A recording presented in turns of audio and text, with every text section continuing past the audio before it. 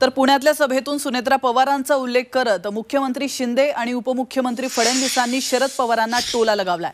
बारामतीकरांच्या मनामनातील सुनबाई असा सुनेत्रा पवारांचा उल्लेख करत फडणवीसांनी शरद पवारांना टोला लगावलाय।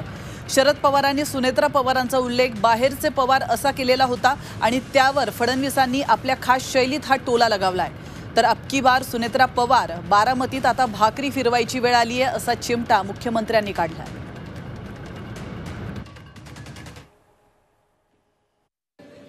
या ठिकाणी खऱ्या अर्थानं बारामतीकरांच्या मनामनातील सुनबाई असलेल्या,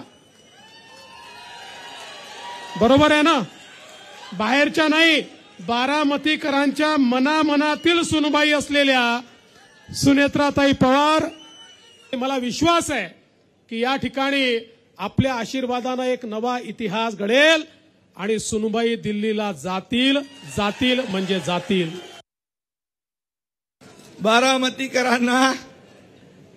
बारामतीकरांनी 15 वर्ष खासदार म्हणून निवडून दिलं, परंतु